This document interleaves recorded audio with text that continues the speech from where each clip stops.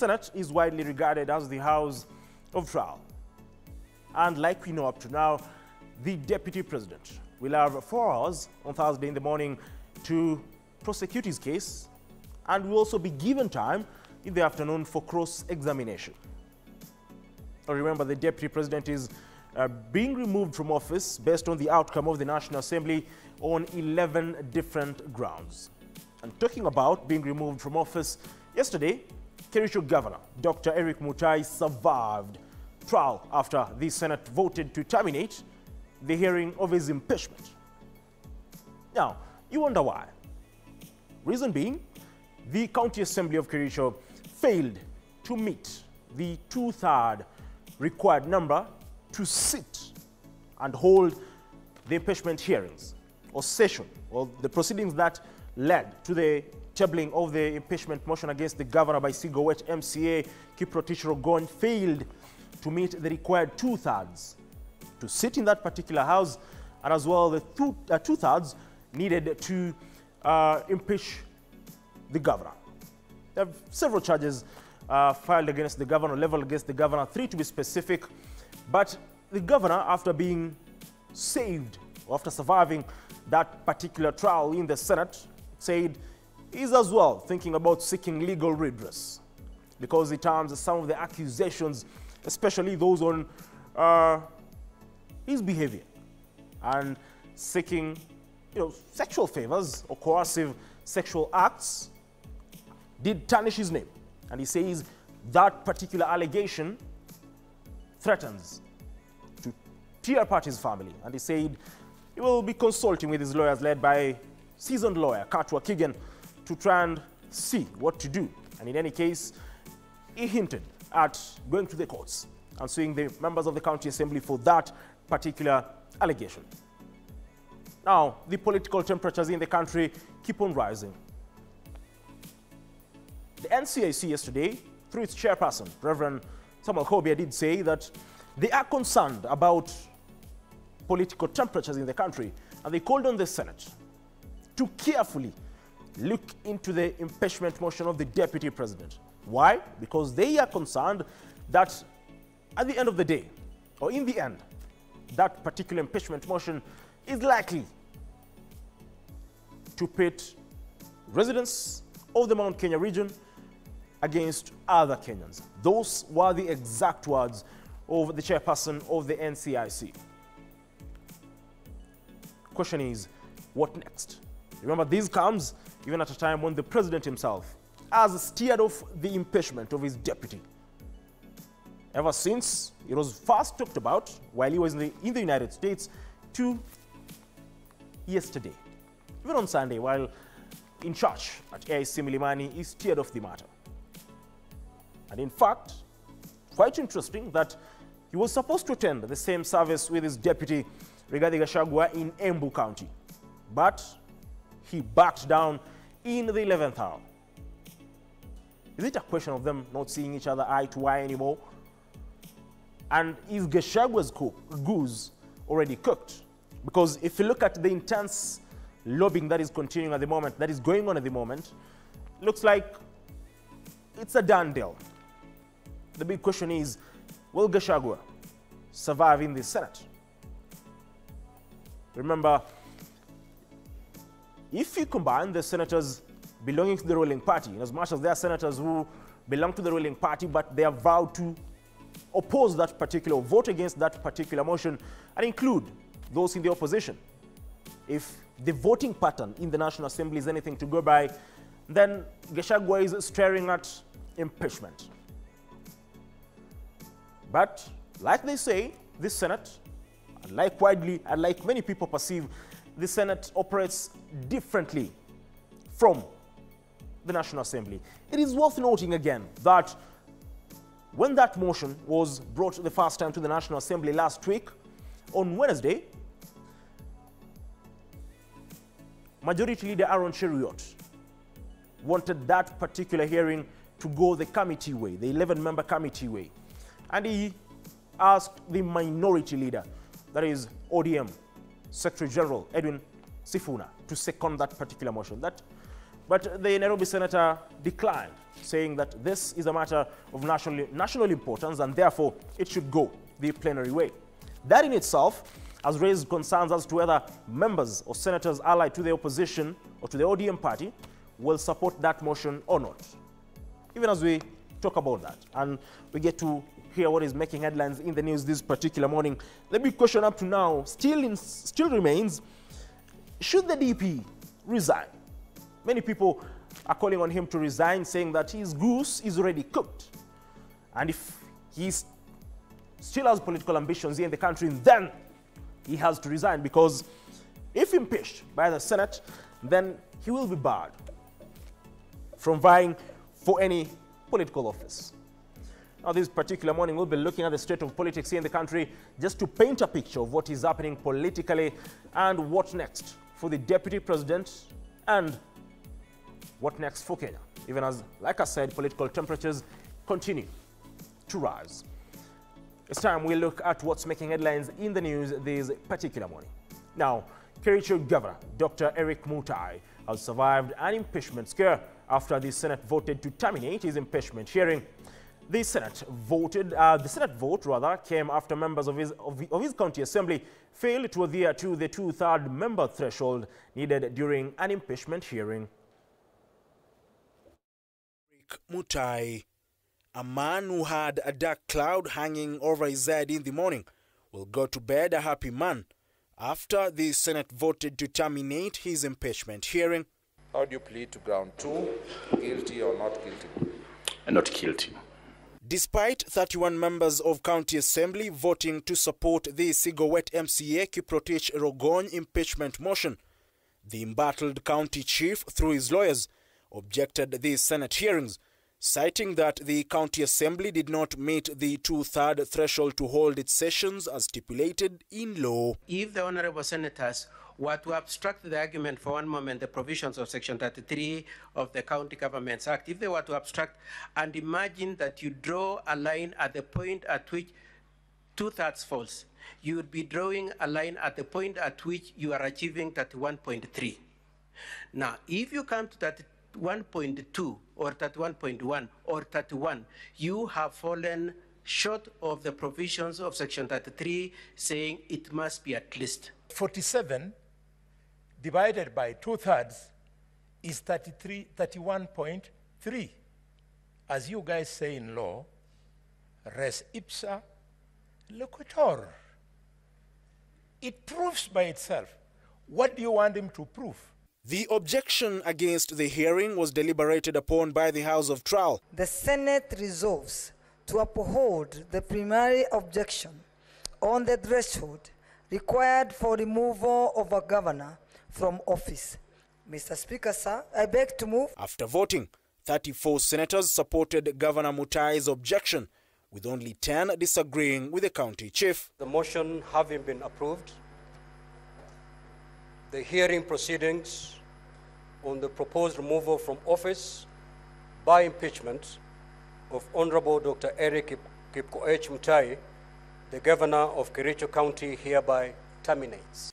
According to the law in regards to the ouster of a governor from office, at least two-thirds of the county assembly members must attend the sessions, with also two-thirds in support for the county chief to be impeached.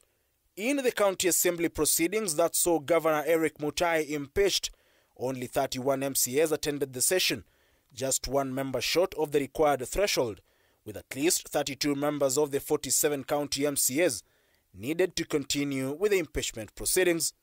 With it being a reprieve for the troubled county chief, questions have now emerged as to how the assembly held its sittings to impeach Governor Mutai and the Speaker approving the outcome before forwarding it to the Senate without regard to the law.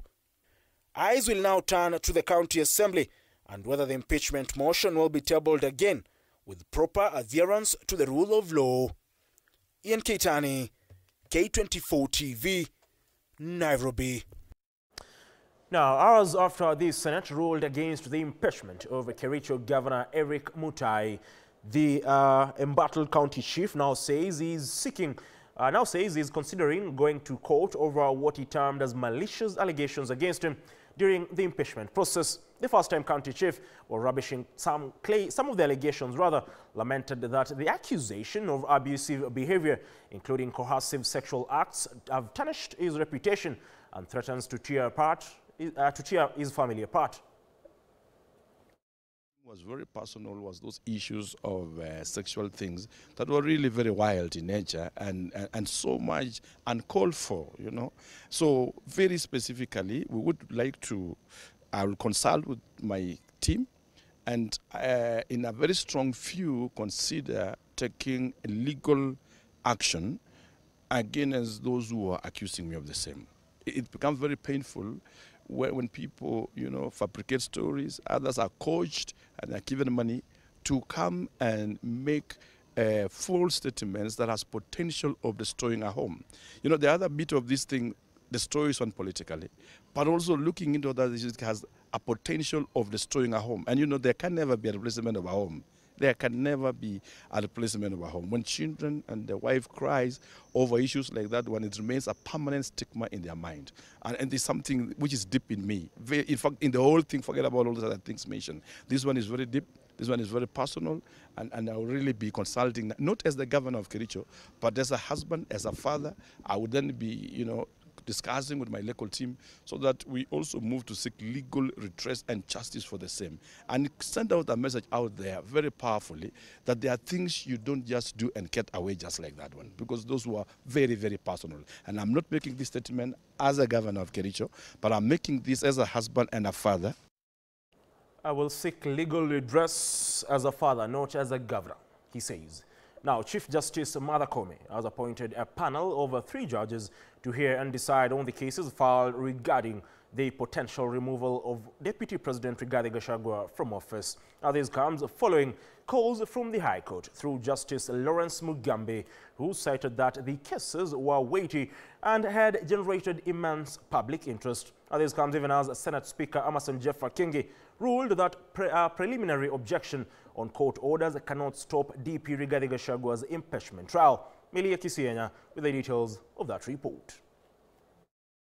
To the hearing of the impeachment motion against Deputy President Rigathi Gachagua at the Senate, his fate on whether he will be removed from office continues to hang in the balance. However, as hours, minutes and seconds click, Chief Justice Martha Koome has come to the rescue of the Deputy President. This is after she heeded to the High Court plea and appointed a panel of 3 judges to hear and determine 5 petitions challenging the impeachment of the Deputy President. In a statement to newsrooms, the 3-judge bench comprises of Judges Eric Ogola, Anthony Murima and Lady Justice Freda Mugambe, with Judge Eric Ogola leading the panel. Meanwhile, Deputy President Rigathi Gachagua has requested the court to suspend the proceedings while the senators prepare for the hearing on Wednesday and Thursday this week.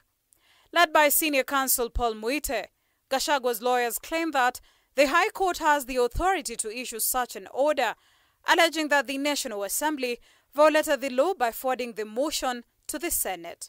The PO and Lord, I was proposing that in the interest of saving on judicial time,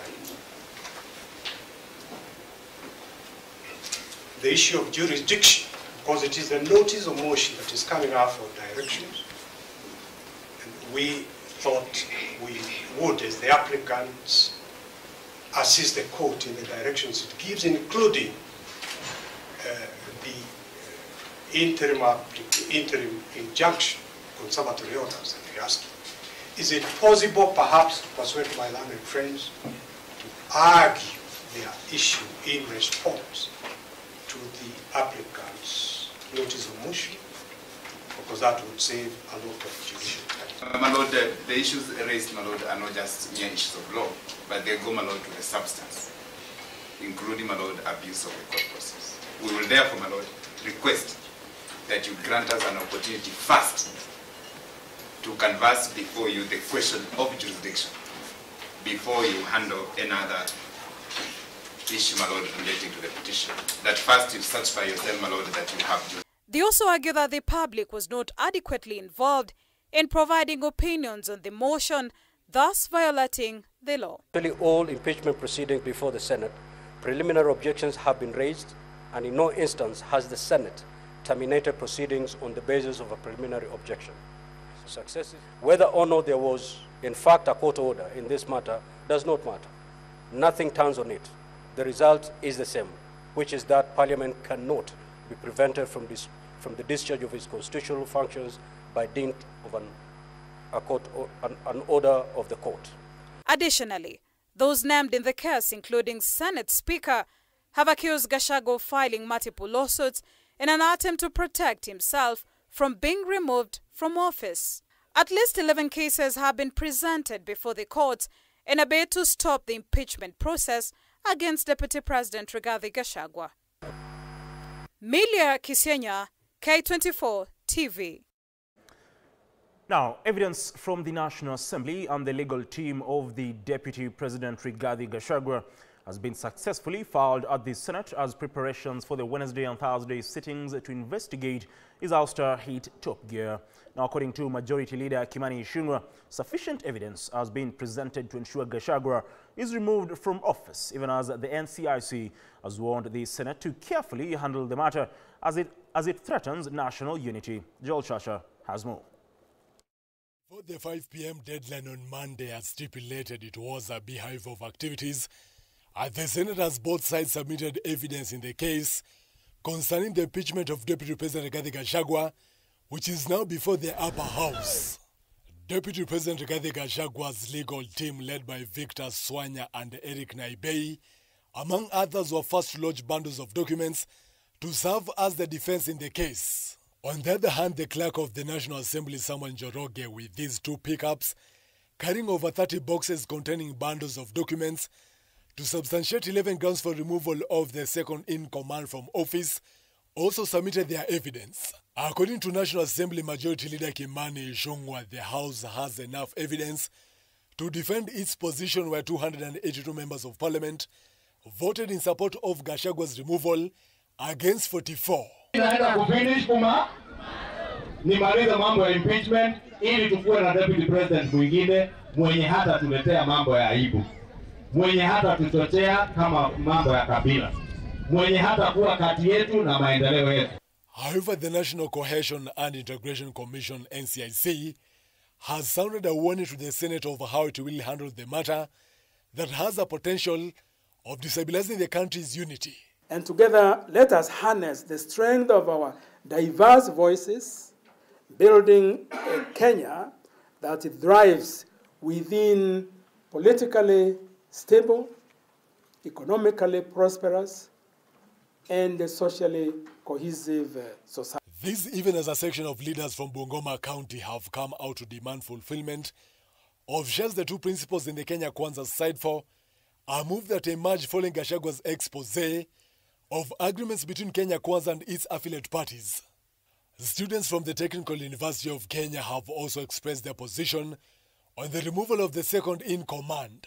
First, we note that the working relationship that existed between the President William Ruto and his deputy Rigathi Gachagua seems to exist no more. We are saying that even if the public wished for Rigathi Gachagua to go back to the office, which is not the case, we will not have a nation with us. We want a nation where the presidency is a symbol of unity. And for that to happen, Rigathi Gachagua has to go. On Wednesday and Thursday this week, the Senate will investigate 11 grounds for removal of Deputy President Rigathi Gachagua and determine his fate through voting. Joel Chacha, K24 TV, Nairobi. Now, many Kenyans now feel it is better to stay at home when they fall sick, rather than struggle to afford high medical costs that they cannot afford in public hospitals in the country. Now, kidney patients say it is better to die at home than bear the burden of paying 9,500 shillings every week for kidney dialysis sessions. Others, even as faith-based institutions, revealed that the government owes them $2 billion from NHIF, which they say should be cleared. Now, as Electino Dara reports, the government is maintaining that all pending bills will be cleared within 90 days. Majority of Kenyans flocking here to seek free health services paints a complete picture of the dire health situation in the country. Sasa kwa sababu kwa hospitali hatuna madawa na shughuli zingine kadhalika. At Ruri grounds in Murang'a County, during a free medical camp, many Kenyans expressed that accessing medical services in public hospitals feels like a distant dream due to the expensive costs they incur. We had anticipated about 300 to 500 people to come, but so far we've registered over 1,000 people, meaning that there is real and dire need for health, the engagement with the people here on the ground. They feel it is better to die at home than to struggle in seeking for health services, kidney patients bearing the brunt. Irungu Nyakera, founder of Irungu Nyakera Foundation, however, encouraged Kenyans that the new medical insurance cover, SHA, should provide treatment for all. Really, if somebody is sick, there is absolutely nothing else they can do. They cannot get up and go to work. They cannot feed their family. They can do nothing. So if we prioritize health, we will actually be able to cure a lot of other issues within the society. Meanwhile, religious organizations want the government to explain how it will pay the 2 billion shillings debt owed to health institutions after the transition from NHIF to SHA. We are wondering now, as we move from NHIF to SHA, what about the debt that is amounting to about 2 billion to all the faith-based facilities in Kenya? Are we going to be paid before we move, or even when we move, are they going to continue paying? Bishop Joseph Obanyi of the Catholic Diocese of Kakamega says if this debt is not paid, then it risks paralyzing operation of church-owned health institutions. Whoever is in charge of the chief was not very well prepared to change it over in a smooth way, a smooth transition. And then Kenyans are complaining around, and they even think that the chief is not the right way to go. But that's not the real point. The point is they needed to strengthen this chief and make sure that it is serving the purpose of the Kenyans. However, Health PS Harry Kimutai revealed that the government owes to facilitate previous NHIF cover that needs to be paid. He says within 90 days, all pending bills will have been cleared. We've already secured 1.5 billion Kenya shillings to start dispersing to all the healthcare facilities. We've done this because we needed transparency in the whole process. Because previously, some facilities were receiving payments, some were not. What we know that NHIF owes in terms of all the facilities is roughly about 30 billion. So the faith-based, we do not know exactly how much, and that's why we have a committee. The private, we do not know how much it is. I know the counties had given us their figure of about between 8 to 12 billion. Electin Odira, K24 TV. Well, the rollout and transition from NHIF to SHIF has been one that has been marred with controversy, with patients, like they said, bearing the brunt of the shambolic transition. Now, on that note, we just take a brief breather before we come back and look at what is making headlines in the local dailies this particular morning. And two of my panelists are already here, the former police spokesperson Charles Owino, as well as former LSK President Eric Theory. We take a brief breather. We'll be back with what is making headlines in the local dailies. Don't go away.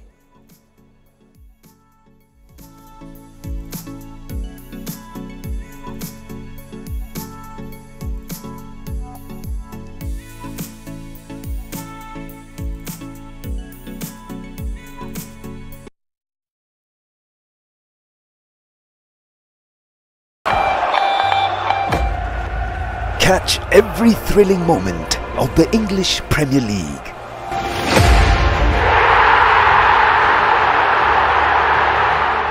The German FA Cup. Harry Kane! Harry Kane scores! How many times have you heard that? La Liga.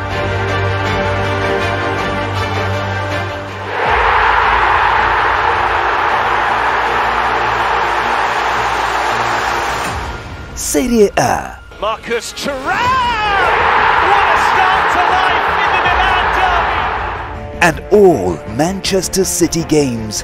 He goes and Stones and Haaland! Live on K24.